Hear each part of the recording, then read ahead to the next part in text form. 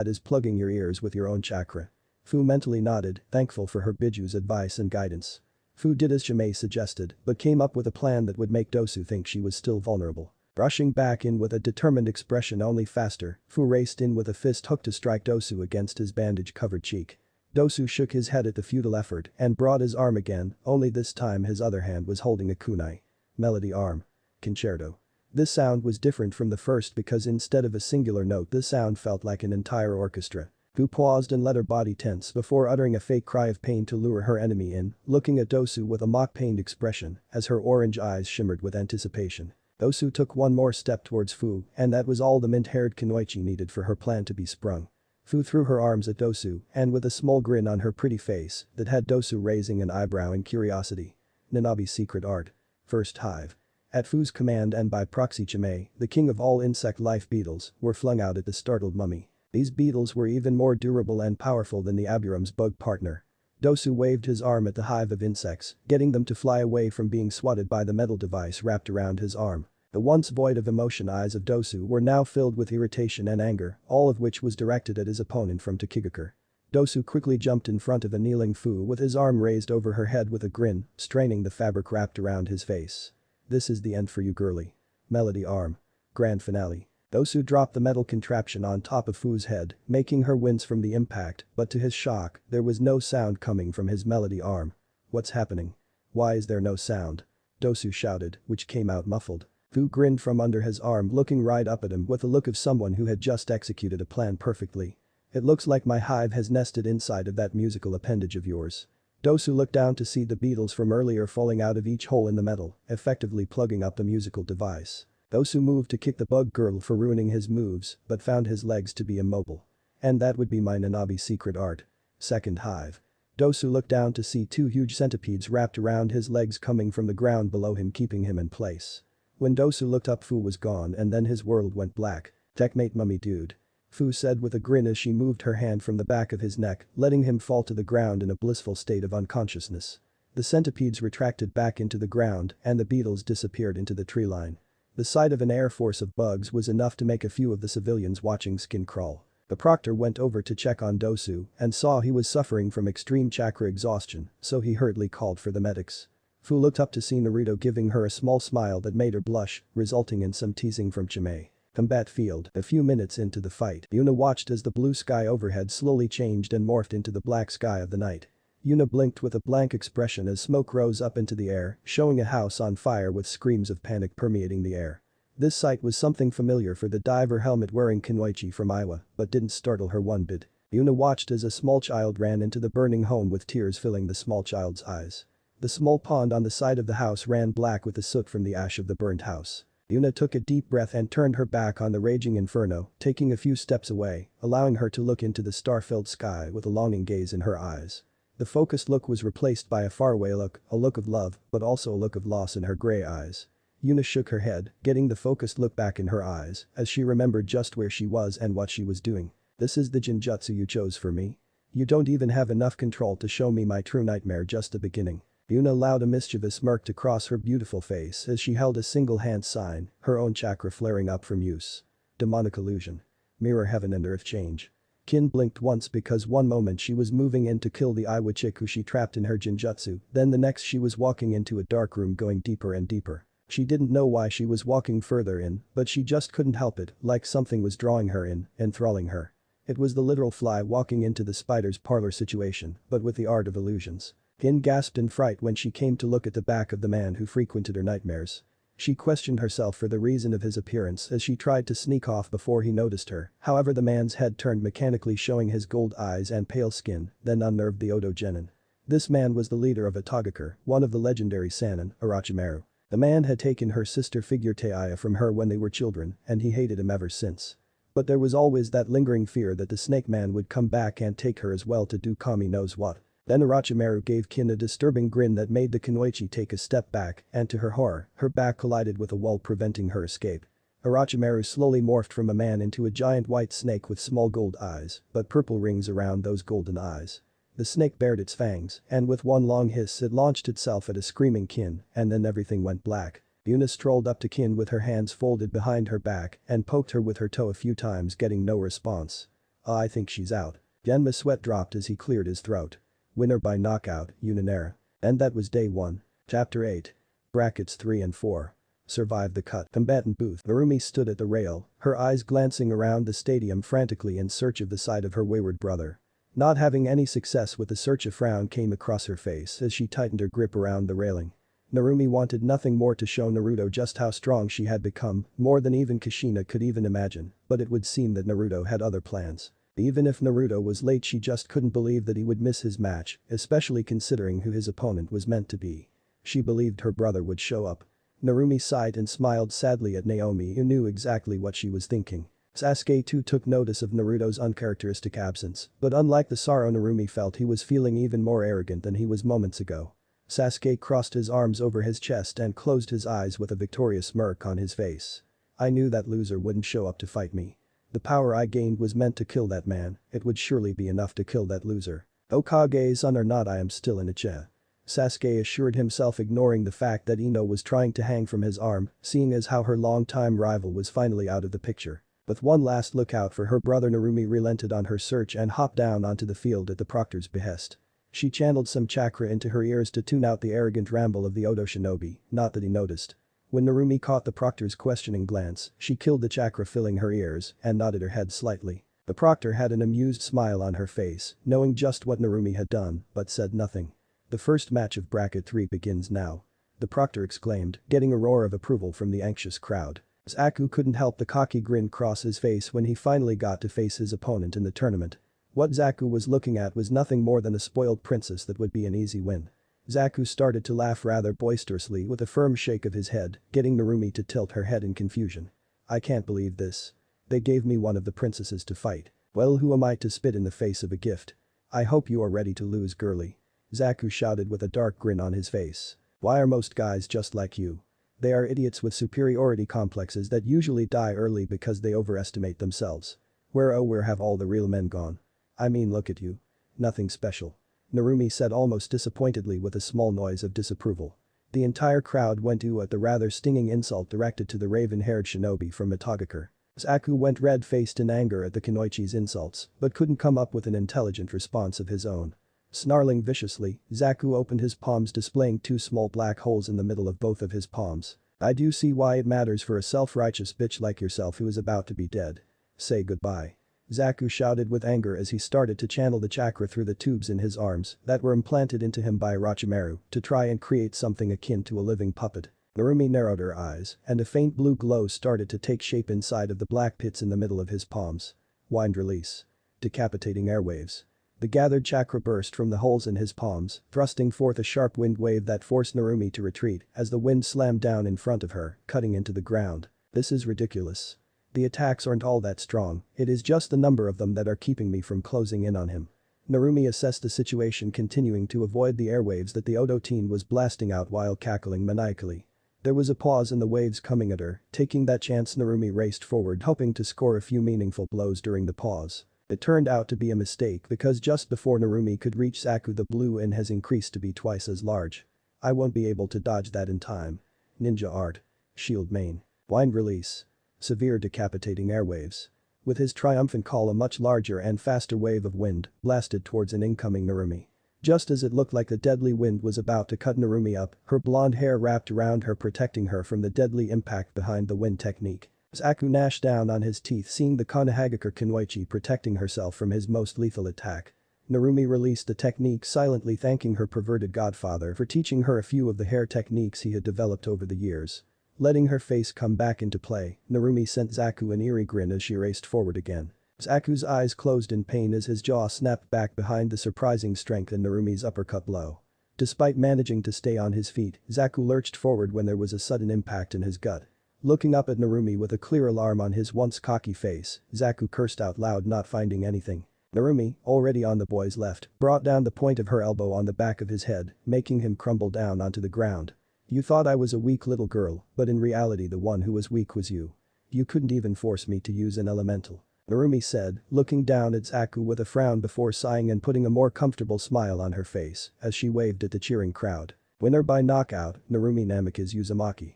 The proctor shouted out under the clapping and cheers. In the stands, a large man with a mane of white hair was standing against a wall in the very upper ring of the stadium with a large grin on his face. "That's a girl. I knew keeping your hair long would work out for you."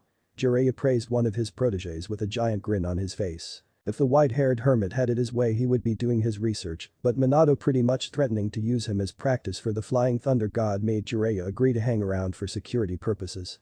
Damn, that blonde-haired student of his was a persuasive one. Sakura just got down clapping for her teammate in her seat near the Jounin from Konohagakure. Or she was clapping as well as one could do with one arm in a full cast. Once Narumi had left the field, Sakura turned to face her female sensei with a curious expression in play. "Kushina-sensei, how did Narumi do that with her hair?" Sakura then subconsciously ran her uninjured hand through her pink hair thinking about the technique. Kushina, who had been cheering enthusiastically for her daughter, turned to her injured student with a proud smile. "That's an easy one, Sakura. Narumi's godfather invented a number of techniques using chakra and hair. That is why both Naomi and Narumi keep their hair long." Asuma took the dying cigarette and snuffed it out on the arm of the chair and moved to place another cigarette between his lips, getting a disapproving frown from Kurenai. Asuma looked over across the way to see a hesitant Choji being chewed out for being afraid to get his hands dirty, while Shikamaru was shaking his head, probably muttering something troublesome. "I can see one way that Choji can win this thing." "How is that, Asuma-sensei?" Kiba asked, really hoping that Choji would kick some serious ass out there. "If his opponent makes the one mistake you don't make around any Akimichi." Combat field, Henry vs Choji Akimichi. Begin. With the proctor moving out of the way, the boy with the red scarf from Taki looked at his opponent and he couldn't be any more underwhelmed. The boy took the end of his scarf and wrapped it around his neck tighter in preparation for what he presumed to be a quick and decisive battle between him and the Akimichi heir. Choji was feeling incredibly nervous, never before having so many pairs of eyes observing every move he made. The nerves were so great that Choji couldn't even find it within him to reach down into his bag of chips for a snack. "You don't look so tough. As matter of fact, you seem to care more about your next meal than this tournament, fatty?" And that was the mistake he couldn't make. As if a metaphorical switch was flipped, the once timid eyes of the husky genin from the hidden leaf become two raging infernos burning with determination to prove that he was not fat but simply big-boned. If Choji could see Lee at the moment, he would see him cheering on his comrade with a similar look in his eyes. Choji took the bag of chips and emptied it into his open mouth. Crumpling the bag and tossing it away, Choji slapped his cheeks, getting a little color in them, as well as getting a more focused look. "I am not fat, I am chubby." Choji shouted passionately before dropping into a fighting stance while gathering up his physical energy. Partial multi-size technique. Arm. Choji's right arm swelled up to a gigantic stature. Fenry gulped, seeing just how angry Choji had become due to one simple word. Choji brought his large fist over Fenry, who became completely overshadowed by the silhouette of Choji's expanded fist, making him even more nervous. With a determined cry, Choji drove his fist down, encompassing a large amount of space, forcing Fenry to leap away, lest he be flattened under Choji's righteous fist. The boy looked over to see a fist imprint on the ground and breathed out a huge sigh of relief, knowing he avoided going back to 2 dimensions. Getting back to his feet, he looked to his left and found Choji rolling towards him like a boulder going downhill. Letting out a groan, Fenry proceeded to run around in a serpentine motion, hoping to lose the ball from Choji, but with each zigzag Choji was behind him and gaining. Fenry ran towards a wall with all intent and purpose on climbing it, however in his rush, he failed to maintain control of his chakra and slipped. It was that slip that let Choji plow into Fenry, grinding him against the wall, making the boy cry out in pain. Choji pushed into the wall with all of his momentum, creating a spherical indent in the previously flat wall. After an entire minute of rotating against the wall, Choji stopped rolling and dropped back to normal size, leaving an unconscious Tokigakure shinobi in his wake. Choji looked down at him with that same fiery expression from the beginning of the match and thumped his thumb against his chest. "I am not fat. I am chubby."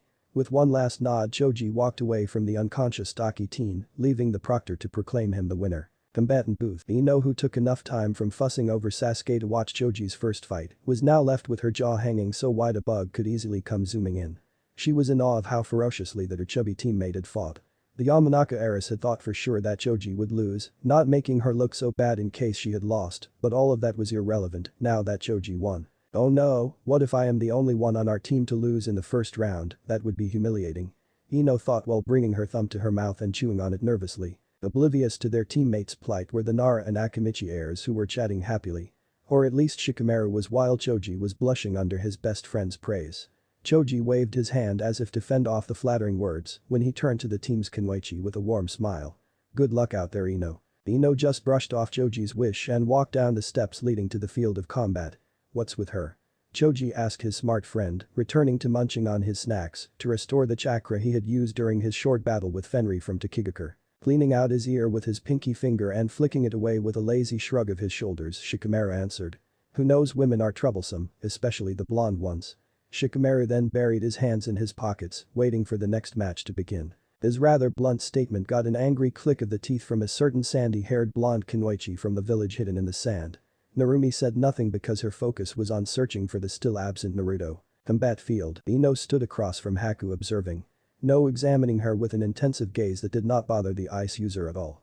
You may think that Ino was trying to form some form of strategy after being around Shikamaru, but then you would be wrong. Ino was comparing her looks to those of the ice princess from Kurigaku. She compared everything about them from Haku's long raven locks to her own blonde hair to the nail polish each was using. Haku simply ignored the look and retained the pleasant smile she normally wore on her face. Ino finally came to a conclusion.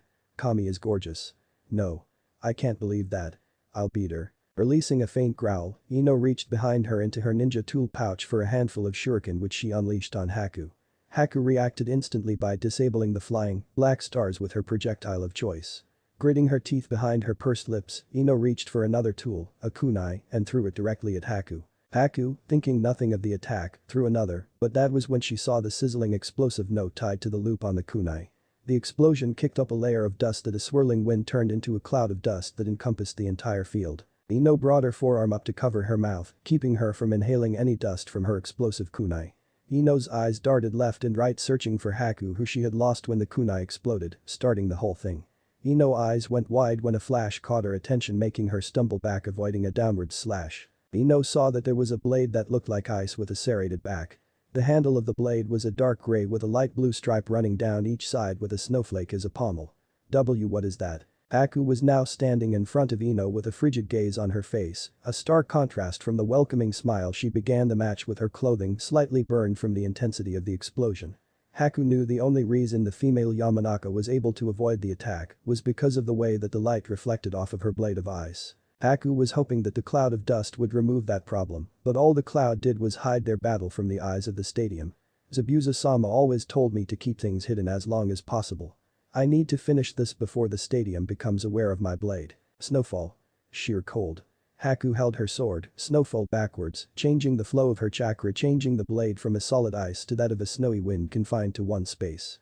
Haku raced forward at a speed that overwhelmed the Kunoichi from Konoha's Team 10 and brought the snowy sword across her stomach. One cut appeared followed by a second that was spread from the first in a straight line. In the end, 3 red segments opened up on Ino's stomach that iced over from the low temperature of the sword. Ino fell on her stomach as her body temperature dropped. Haku threw her into her neck, putting her in an unconscious state. That was when the cloud of dust first kicked up from the explosive note cleared, revealing the ice princess standing over the unconscious Ino Yamanaka. The results were clear that Haku had defeated her opponent, even if none could see how it was done. Winner by knockout, Haku Yuki. In the stands, "Oh man, Ino lost." Sakura said, sadly looking down at Haku, who she had to admit was very pretty. During the time on the bridge, Sakura was not able to see the young Yuki's face, but she had to admit she was pretty now that she had. Despite Ino being her biggest rival in a number of things, Sakura still wished for her success, unless it directly affected her. Humans are selfish like that. Now, Sakura, there is no need to hide your happiness behind fake words. The scarecrow of the group chided his pink-haired student, still reading his Icha book, despite the action that was going on in front of him. Sakura glared at the jounin with gravity-defying hair for his words that were sadly true, not that she would ever admit it. Kakashi looked up, sensing said glare, and I smiled, only serving to infuriate the daughter of the councilwoman further. Kakashi then watched on with a morbid expression as a kunai pierced his little orange book and pinned it against a pillar a few rows back. Kakashi glanced over fearfully at the Uzumaki woman who had done it to find her hair swing like it was on fire. Kakashi whimpered piteously as Kushina cracked her knuckles menacingly before dragging the fearful Haddock away for a behavior correction. This action got laughs from the jounin gathered as well as their genin. Unbeknownst to all of them, the special tutor, Ibisu, snuck over to the book and took it before slinking away to indulge his perverted nature. Combat field. Genma bit down on him as he glanced at the boy wearing dress clothing and the busty Kunoichi from Kumagakure. Genma then took a second glance at Kakujo, or more specifically at what the boy chose to wear for the fight he was about to get into. However, Genma shrugged it off since his friend Guy and his young protege wore something much more revolting. Kakujo vs Samui. Begin. Kakujo leaned back, limbering up, taking satisfaction when he heard something in his spine crack in a good way. Turning his eyes back to Samui, he gave an excited grin as his eyes lit up with anticipation. I really hope you can give me a good fight, Samui-san. Kikujo cracked his knuckles and straightened his yellow tie out before dropping into a loose combat stance. The most in the stands it looked riddled with holes, but that was what Kikujo wanted, since he would be able to counter and counter viciously when his opponent would strike for the false openings he was creating purposefully. Samui stood there keeping her cool as she tried to dissect her opponent from Kurigaku's combat stance. It was easy to find flaws in them, too easy if she had to guess. Her guess would be that it was a lure of sorts. Taking a calming breath, Samui decided to keep to her strengths instead of charging into a possible ambush without any previous knowledge. His demeanor spoke of the utmost confidence in his strength. The Kunoichi from the land of lightning could tell that much. The problem was guessing if that confidence had a base or if it was groundless confidence. Likewise. Kikujo let out a deep chuckle, nodding in complete agreement before rushing towards an immobile Samui. Reaching the Kunoichi, Kikujo threw a straight jab at Samui's throat. Samui swayed to the left before attacking with her own short whip-like kick to Kikujo's waist, forcing him to fall back a few steps. Not ready to throw in the towel yet, Kikujo raced forward and fired off another flurry of rapid fist strikes, forcing Samui to bring up her guard, able to evade all of the attacks. Samui ducked under one of Kikujo's overextended fists and retaliated with a quick hook to Kikujo's cheek, making his head turn with the direction of the blow. The agile blow did nothing to knock the battle-happy grin off of Kikujo's face, in fact it only served to widen the grin. Kikujo gripped Samui's fist and flipped the Kunoichi over his shoulder, but Samui was flexible enough to land on her feet. However, Kikujo kept his grip, wrenching Samui's arm into an uncomfortable position before sending a jostling kick into her lower spine. Samui rolled across the ground, unable to brace herself due to the Kiriten's grip on her hand that wasn't released till it was too late. Kikujo giggled to himself as the thrill of battle started to pump more and more blood through his body. Samui unleashed the tanto that was latched onto the swell of her back, hoping to use her prowess with her tanto to create an advantage. Samui waited as Kikujo closed in yet again with a fist ready to deal more damage to the Kunoichi, however Samui had her tanto ready this time. Kikujo smirked as his fist neared Samui's pretty face, however Samui slashed out with her tanto, halting the progress of the incoming haymaker. Everyone watched as the small blade lodged itself in between one of the well-dressed teen's knuckles, but to the shock of almost all present the blade didn't cut his skin. What? The blade didn't even cut the first layer of his skin. The only time this has happened was when B-sensei used a Hachibi's iron hide, which is to be expected, but this guy's skin can stop my blade. The usually cool Samui was momentarily shaken from what her eyes were relaying to her brain. Combatant booth. Amoy blinked before peering down at Samui's blade, which was being pushed against Kikujo's hand as was shown by the skin pushing with the tanto, but there was no laceration of any size. What's going on? Samui has always taken care of her equipment. There is no way she let the blade become dull. No way. Amoy asked his red-haired partner, rolling his lollipop between his teeth in a contemplative gesture. Yujito and Nibi were unsure of what they were witnessing, but Yujito was sure that it wasn't because Samui was carrying faulty equipment. Samui would rather be caught doing something embarrassing than allowing her equipment to fall into a state of disarray. That guy has some sort of trick to him. Sasuke too was displaying his disbelief by tightening his grip around the rail to the point that his knuckles went white from the strength behind the grip.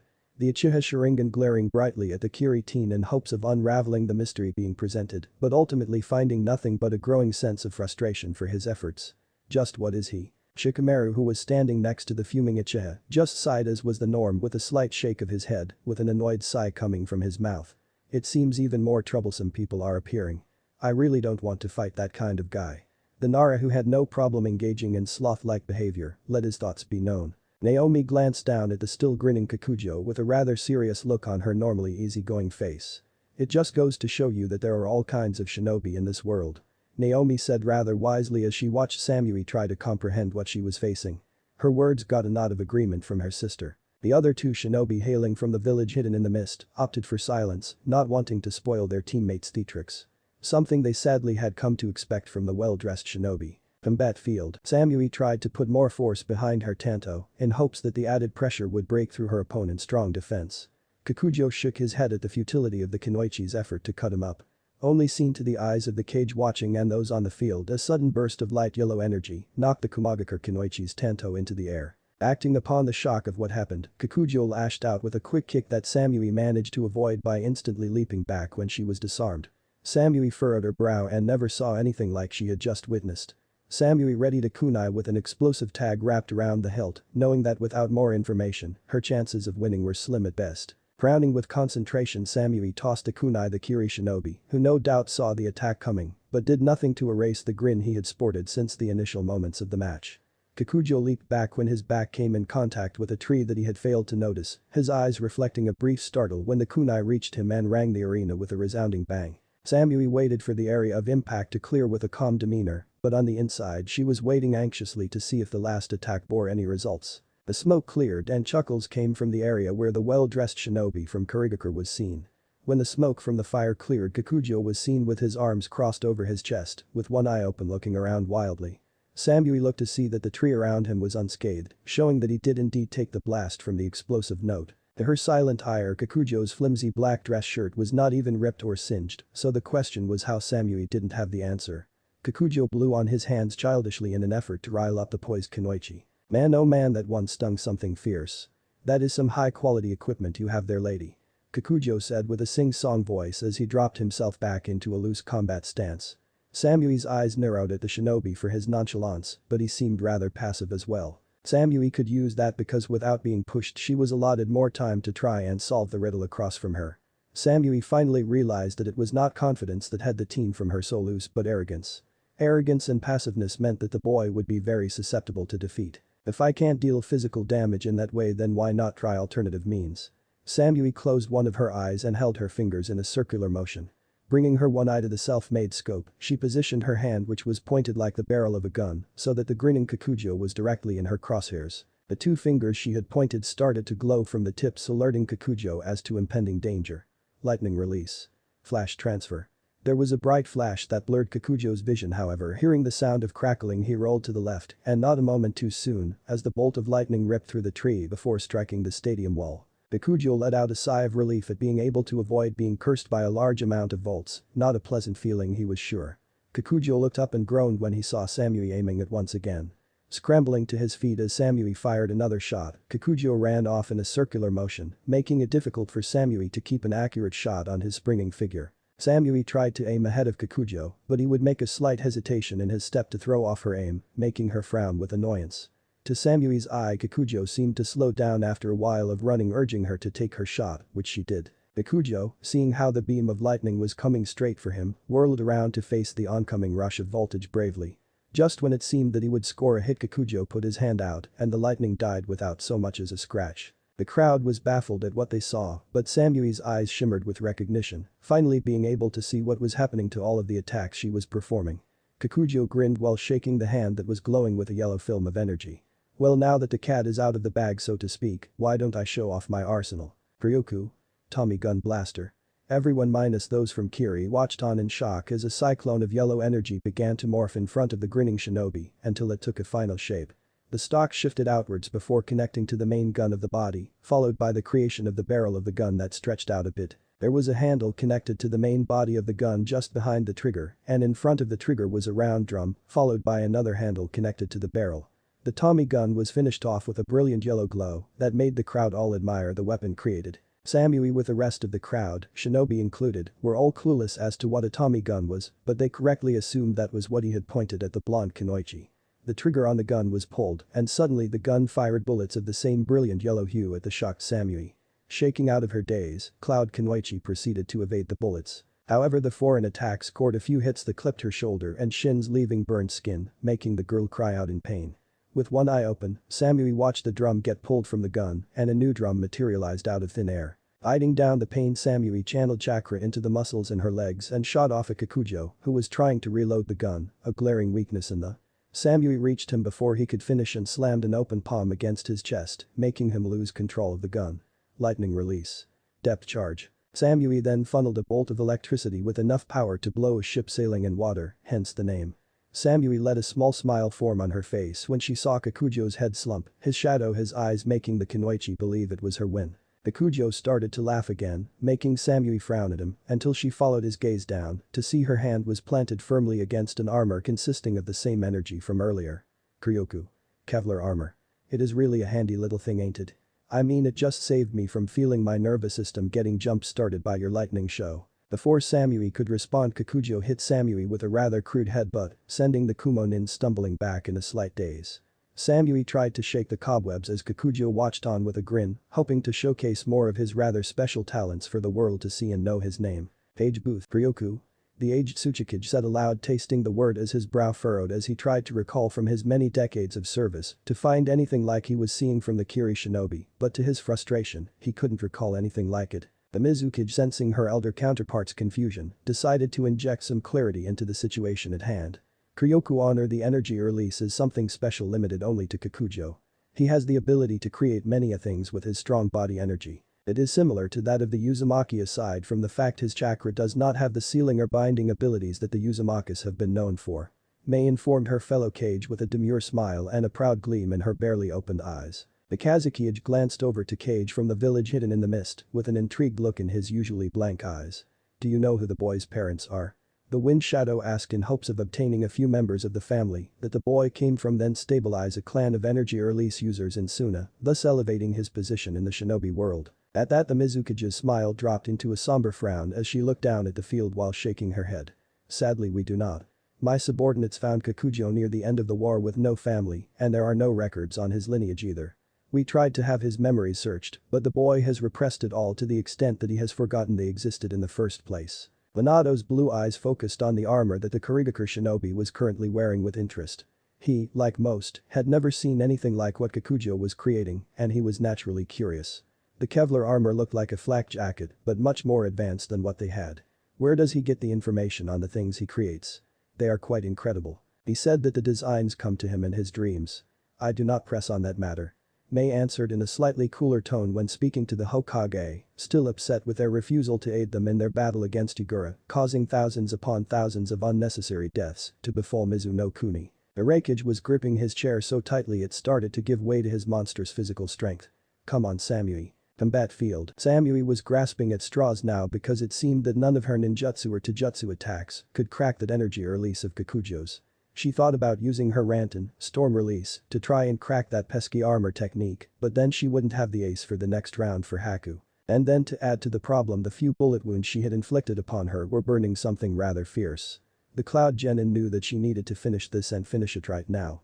Samui took a deep breath before opening her eyes, shining with determination to make her home proud, ignoring the laughing Kiri shinobi. Kakujo watched with an arched eyebrow as Samui ran around his back, but he remained motionless as she circled behind him. Kakujo rolled his eyes seeing Samui go for another lightning blast like it would work or something. Kakujo waited for the lightning blast to get closer and closer before a screen on yellow energy shot up from the ground, negating the attack without problem. Kakujo chuckled at the desperate attacks that were sent against his shield and all ended up doing nothing to the shield he had created. Kuryoku. Photon screen. You should know by now that attacks of that level can't break my defenses. I think I should finish this now since I am getting kinda bored here. Kakujo gave out a dry chuckle when he felt Samui glaring at his back, but shrugged it off without a care. Kakujo's eyes widened in shock, and then he suddenly coughed up some blood and fell to his knees in excruciating pain. He looked down to find Samui's tanto with electricity coursing through the blade that was lodged in his stomach. He could feel his muscles contracting as he laid there on his back looking up at a bruised and cut Samui who was looking down at him. How? You were too confident in your abilities and when you were laughing you were distracted. I placed a minor genjutsu on you to make you perceive things in an inverted manner. So when you thought I was attacking from behind I was attacking you in a frontal fashion. Overconfidence like yours leads to the death of shinobi much stronger than we are. Checkmate. Samui walked away rolling the shoulder that was shot with a silent groan. Kakujo laid there staring up at the bright blue sky with a disappointed expression. He knew he was showboating, but that was so people would recognize his name and request him personally. Kakujo managed to shake his head in disappointment at his failure to get out of the first round and the chewing out he would get from his sensei. Man, sensei is going to put me through the ringer when I get back to Kiri. That slave driver. And no doubt it will be worse because of why I lost. Man, this is going to suck. Winner by technical knockout, Samui. Daimyo Booth. Oh my, that was a rather intense battle those two young ones had. The Fire Daimyo said in a childish voice, his face hidden by the small fan he was waving over his face. This served to keep people from reading his emotions like a mask, but without covering the entirety of his face. I need to talk to the Mizukage about teaching the shinobi about arrogance. Grumbled the disgruntled Water Daimyo as he handed a grinning Lightning Daimyo a slip with the amount of money placed on who would win the last fight. Man. Let's just put it around $1 billion for context. The guards just looked on with disbelief, seeing how frivolous their feudal lords were being with such large amounts of money. HMPH, it is not like any of this matters because Gaara will be winning this tournament and then I will have bragging rights. The large daimyo from K's no Kuni stated rather boldly with his eyes closed, clearly not expecting to be challenged. His eyes opened when there was a loud snort off to the side. You mean the boy who can't control his impulse to kill people? Even after a proctor has told him to stop. Yes, he sounds like an excellent choice.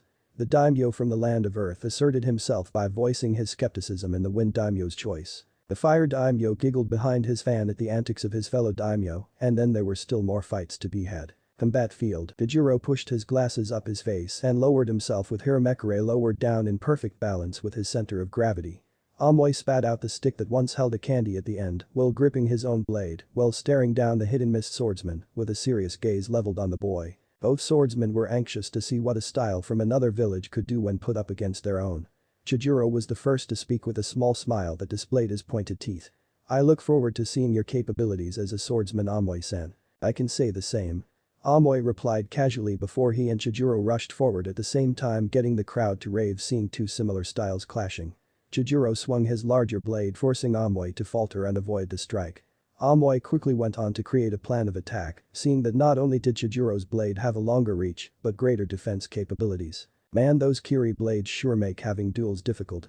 Amoy thought with a slight draw as he leaped to his right, avoiding a downward slash from the blue-haired teen. Chijiro tried to pull the tip of his blade from the ground but found it to be stuck in the ground. Amoy, seeing a moment of opportunity, slashed Chijiro's arm, cutting the boy's skin and getting a yelp of pain. Using more strength, Chijiro whipped Hiramekure from the ground, swinging it at Amoy, who brought his blade up vertically to impede the larger sword from bifurcating. Amoy grit his teeth as the force behind the swing wore on his arms and sent him skidding back from Chijiro. Even if he is able to wield it like it weighs nothing, it still takes time for him to wind up his weapon. That is my window of opportunity. Amoy grunted and ran at the Kiri swordsman, but before he got within range he darted to his left. Chijiro tried to turn so that Amoy was within his vision again, but Amoy darted off in the opposite direction once more. Chijiro couldn't catch Amoy, and Amoy was managing to close the distance, making it more difficult for Chijiro to use his larger weapon.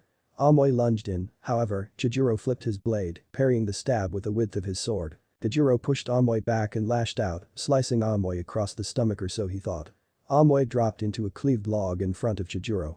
Substitution. Chijiro then sensed something behind him, but it was too late for him to put up a defensive measure against what was coming. Amoy got behind Chijiro using the substitution as a distraction. He got the point of his blade into Chijiro's shoulder, but that was it before he found himself being painfully rolled across the floor. Amoy pulled himself from the ground and tried to take a step forward, only to find a jostling pain jolt through his body. Amoy, now with a tweaked ankle, looked towards Chijiro, who shot forward unexpectedly, making Amoy try to take a step back, only to stumble as he tried to put force on his bad ankle. Chijiro sliced down on Amoy with Hiramekure glowing a faint blue. Amoy, with his only choice being rolling out of harm's way, was able to avoid the attack, leaving Chijiro to create a divot in the ground where Amoy was downed. Standing up, Amoy took a few steps back, ignoring his body as it hissed in protest. He bit down on his lip, trying to figure out what he could do now. He was wounded, and Chijiro only had a few small cuts. I need him to come in closer, then I can unleash one of my moves where he won't be able to block it. Feign weakness. Amoy turned and tried to limp into the trees with a more pronounced limp than he really had. Chijiro, seeing this, gave chase, not wanting a wounded opponent to have a chance for recovery. Amoy's ears picked up the sound of Chijiro's footsteps that were getting progressively louder with each fleeting second. Amoy tightened his grip on his handle and suddenly whirled around, getting Chijiro to fall back a step in surprise. Cloud style. Silent sundown. Amoy rushed forward faster than Chijiro could anticipate. Ignoring the pain in his ankle, he cut clear through Chijiro's ribs, leaving a nasty but not fatal wound. The attack was so quick that the blade didn't make a sound even as it cut through the air.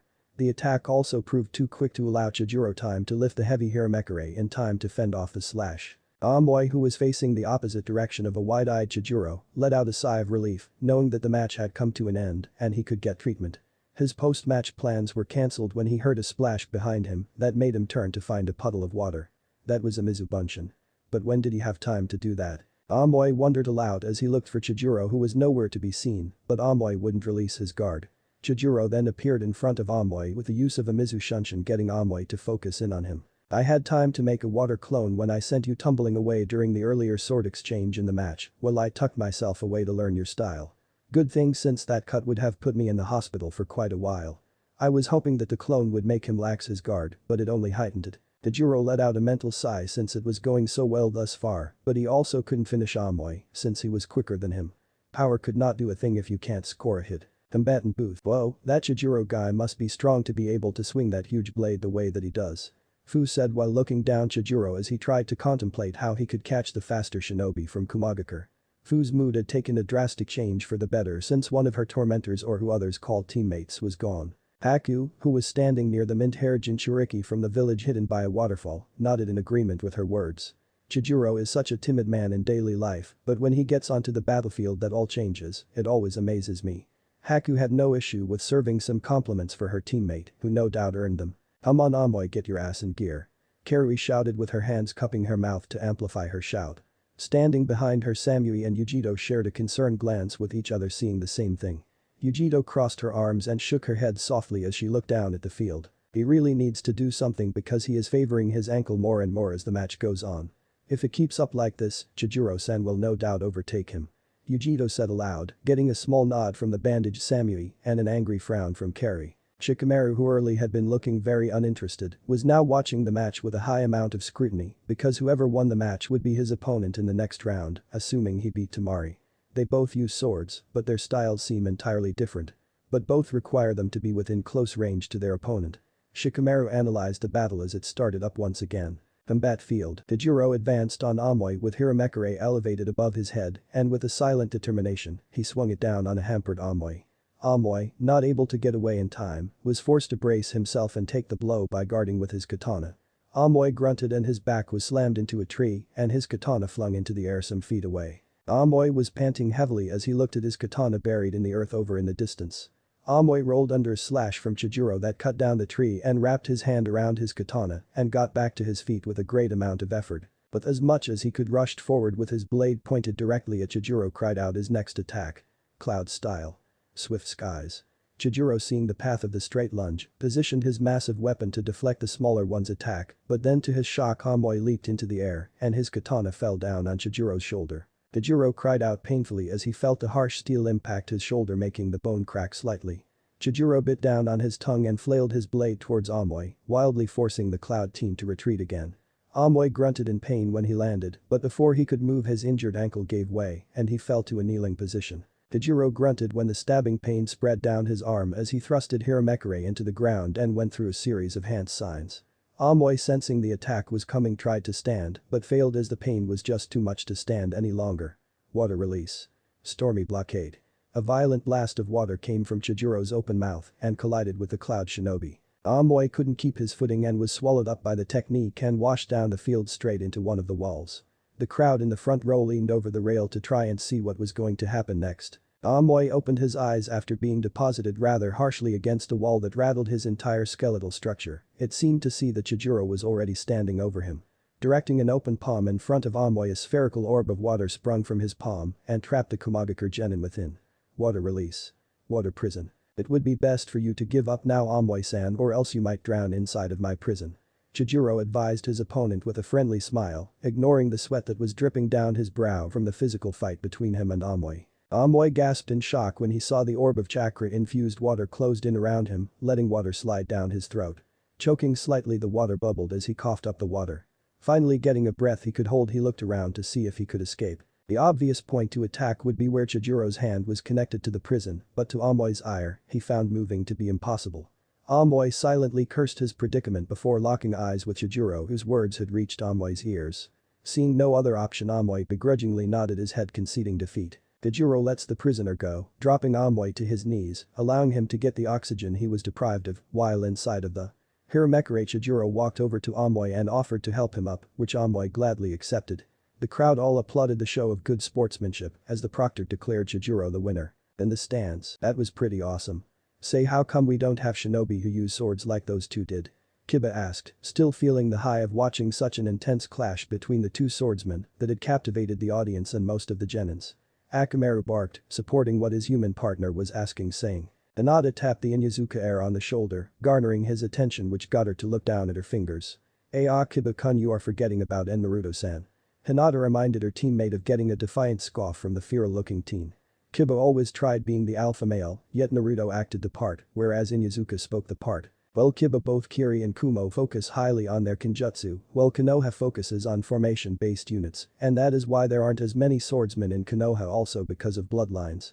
Something never had many of, and Kiri is lacking due to their war. Kakashi informed the young Inyazuka pup now focusing on the matches after his chat with Kushina. Shikamaru is up next. Do you think he can beat sensei? A bandaged but yet still spry Yamanaka heiress asked of her sensei with blue eyes, reflecting genuine curiosity.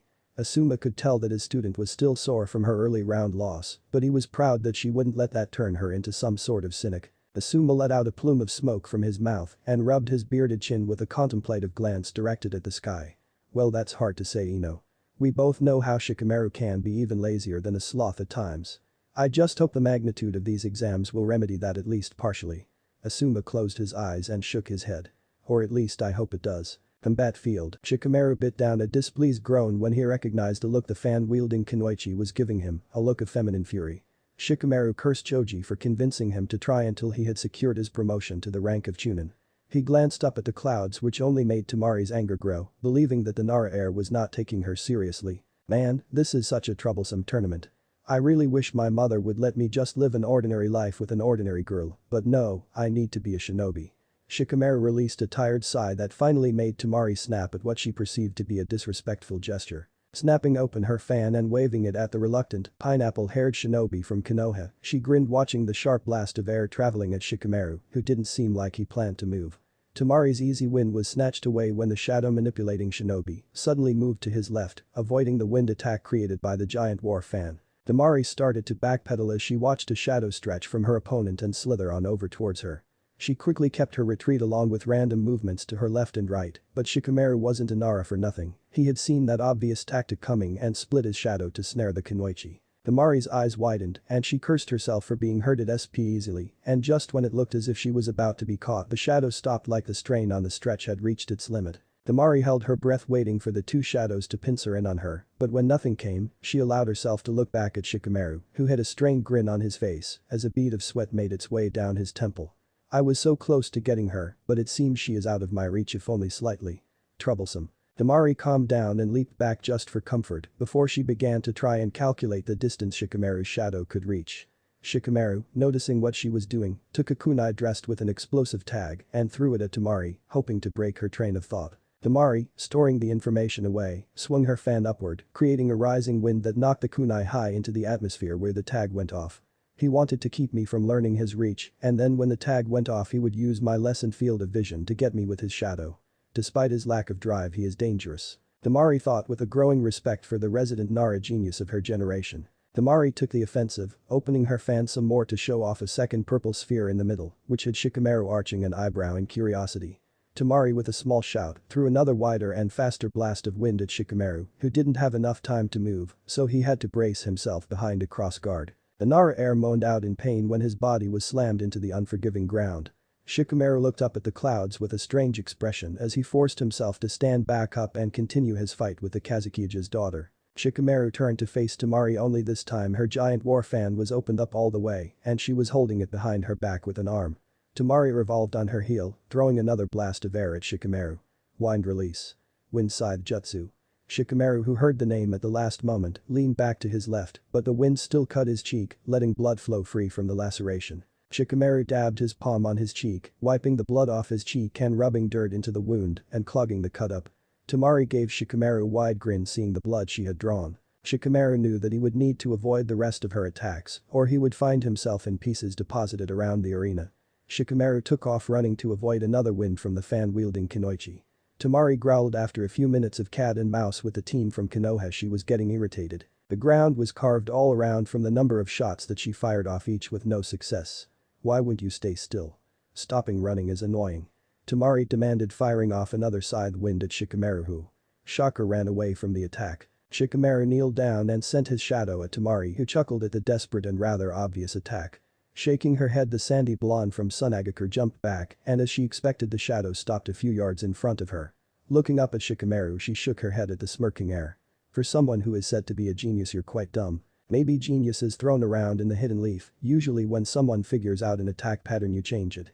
Shikamaru shook his head at the confident Kunoichi, which got him a frown in return. Damari went for a final swing of her fan, but to her immense shock, she couldn't move a muscle on her body.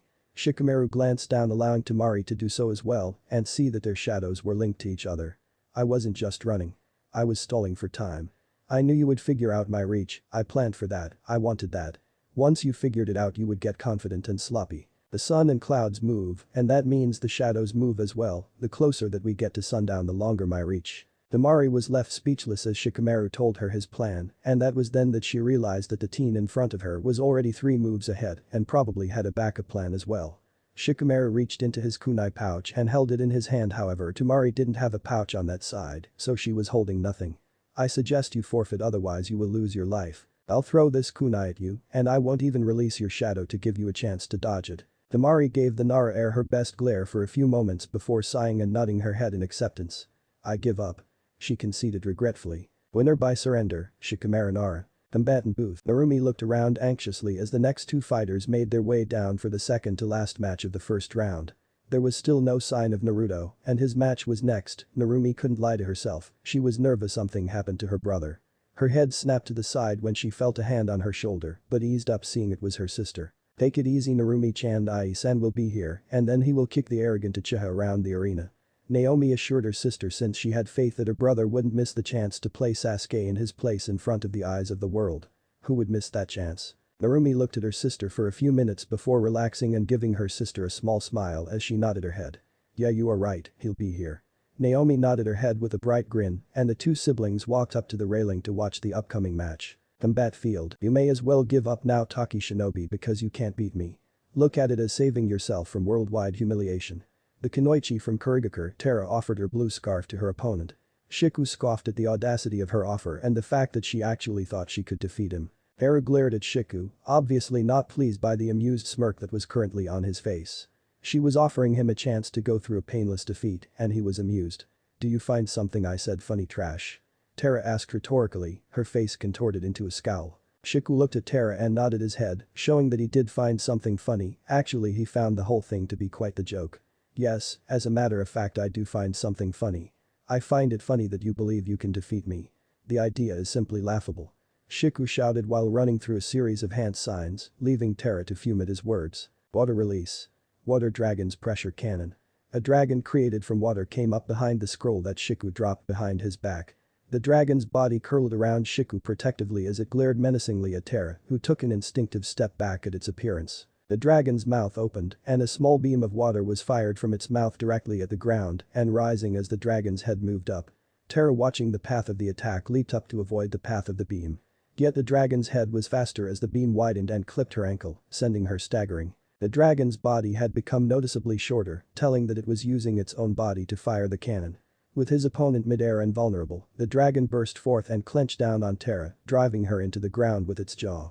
Shiku shook his head and started to walk away.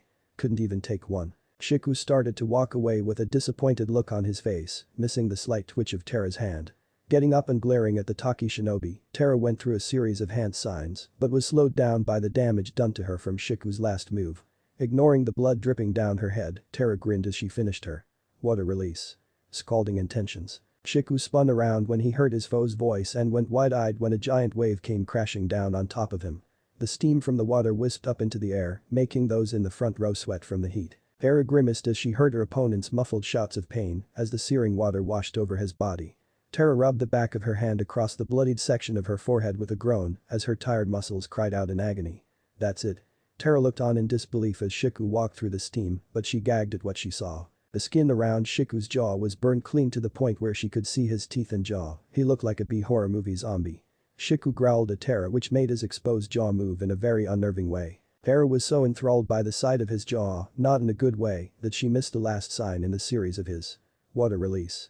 Waterfall splitting sword. A glob of water coated the young man from Taki's arm and slowly took the shape of a sword while water ran through it like a current. Shiku sped forward and overtook Tara and with one quick slash removed the girl's arm, but the look in his eyes craved more. Shiku grinned darkly and moved his sword arm to the unconscious Kunoichi's neck to finish the job.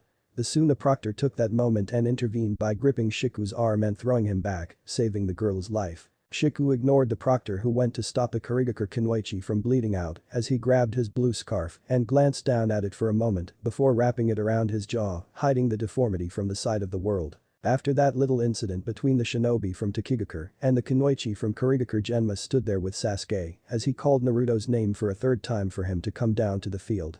Sasuke stood there with a cocky smirk, believing the reason the scorned child of Konoha's first family was not present was due to his fear of him. Genma looked up to the cage's booth to see that his cage nodded down to him.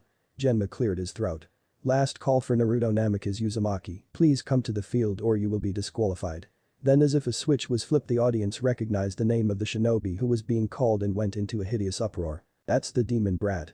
What's he doing here? Why is Hokage-sama letting that thing compete? We should kill him before it's too late. What if it has gotten too strong for us to kill? No worries, Uchiha-sama will finally rid us of that monstrosity. Death to the demon. That was the chant that had prevailed across the stadium from the bigoted villagers and those who weren't sure but didn't want the others to turn on them. Their hate-infused movement had blinded them for serious killer intent flooding the place. Minato and A were radiating killing intent, being the two Kages who were the most protective over their Jinchuriki, while Inoki and the Kazuki looked indifferent while Mei was frowning sadly as the blind hate seemed to spread like a disease from person to person. The hidden leaf Jonin present were leaking killing intent that kept those around them silent, especially Kushina who was being restrained by Asuma and Kakashi, or else she would be up there killing a few foolish people. The genin from Konoha were looking around with small frowns, not understanding what was going on with the elder villagers. Jiraiya, who was not around the village during Naruto's childhood, was clearly disgusted as the chant seemed to get louder.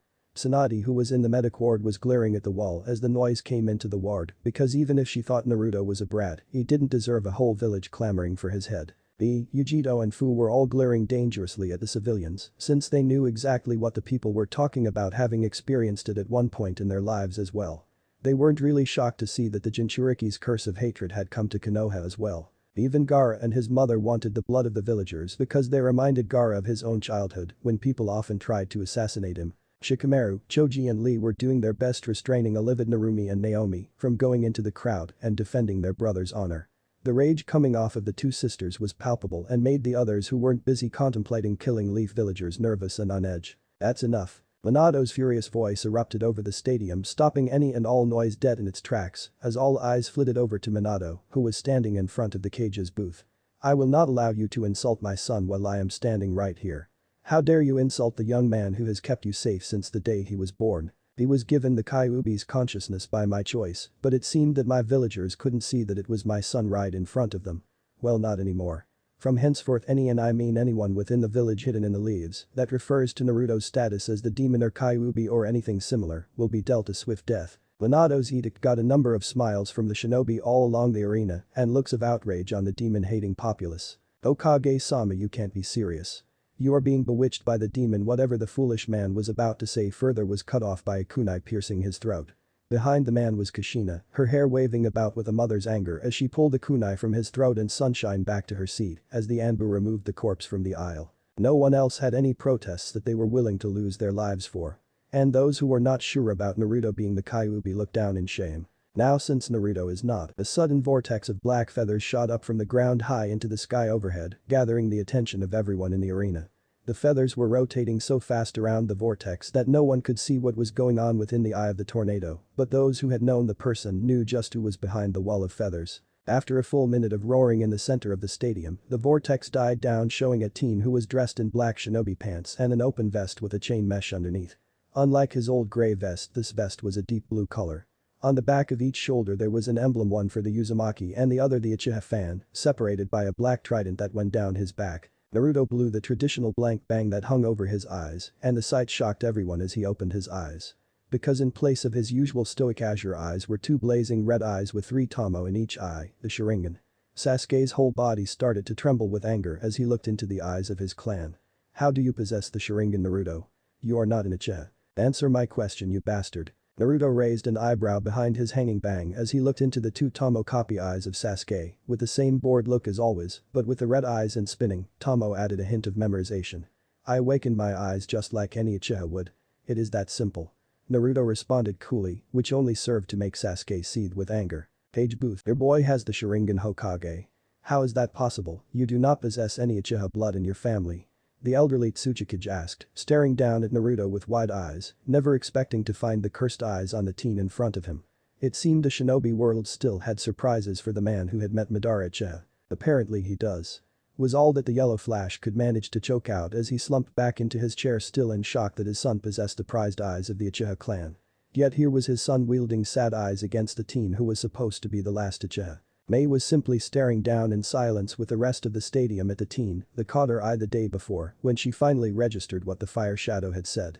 Wait, apparently. Do you mean to tell me that you didn't know that Naruto had the Sharingan? Mei asked disbelievingly of a sentiment shared by the other Kage as well. Naruto is a very secretive individual. He says only what is necessary and lets out things only when he is ready. And if I try to force anything out of him, he will clamp up. Minato admitted with a frown as he looked down at his son, who had always been an enigma since his return. No matter what effort he or his family had made, Naruto had put up a wall to keep them a certain distance away from him. There is something going on in their family. From the way Naruto glared at him yesterday to the lack of communication between him and Naruto. Interesting, and if I play my cards right, I might be able to hurt Konoha and get a new ally. Not to mention Naruto is quite handsome. Mei thought, licking her lips at the last thought. You can't command around your own son. What a disgrace. A said through his loud laughter, taking a shot at his speed rival, ignoring the narrowed glare he got from the fourth leaf shadow to focus in on laughing at his incompetence. Oh yes, and from what I hear you can only order your brother around when he is within arm's reach of you. Minato shot back, taking pleasure in the annoyed look and the instinctive hand clench from the hulking Raikage. After the barbs were finished, the booth fell into a silence, waiting to see the match between the two Uchiha. In the stands, Kakashi's own Sharingan left wife behind his headband as he looked down at his sensei's son, who was displaying two of his own. Kikishina-sama, who does Naruto have the Sharingan? I didn't know there was Uchiha blood in him. We don't, or at least we didn't. Naruto never showed any sign of it before when he was still around the family. When did he get those eyes? Kushina, just like her husband and the rest of the crowd, was left speechless at Naruto's new appearance. There was no denying what was right in front of their eyes. Asuma, getting over his shock, chuckled as he went to replace the cigarette that fell from his mouth when Naruto appeared. Man, that kid just keeps getting more and more interesting. Asuma had always seen Naruto in his childhood because he would often stay at the Sarutobi compound. At first Asuma had felt envious of the young Naruto for having his father's attention, but that soon went away when he saw how bad Naruto had it. And since he had come back, the two often played shogi and talked with each other. Asuma had even given Naruto some advice on wind manipulation. Combat field. Sasuke glared at Naruto, the two Tomo in each of his eyes spinning around violently as his eyes responded to the rage he was feeling at facing down someone who disgraced his name. You dare to show me those eyes? You're no Uchiha. I could handle Kakashi having one eye, but you have two. Sasuke shot forward and his speed improved from last month as he threw a quick punch straight to Naruto's face, not allowing Naruto to respond to his heated words. Naruto showed no sign of worry as he swayed to the left, avoiding the attack easily. Sasuke growled and threw another combination of body blows that Naruto was easily able to avoid thanks to the Sharingan. Scowling, Sasuke lunged at Naruto with a sidekick that Naruto harmlessly brushed aside with the back of his hand. Sasuke was not done yet because he had spun with the momentum. Naruto redirected with a fist bearing down towards Naruto's face. Naruto glanced at the attack and ducked under the blow, lashing out with a kick that nailed Sasuke in the gut and sent him skidding backwards, heaving from the force behind the attack.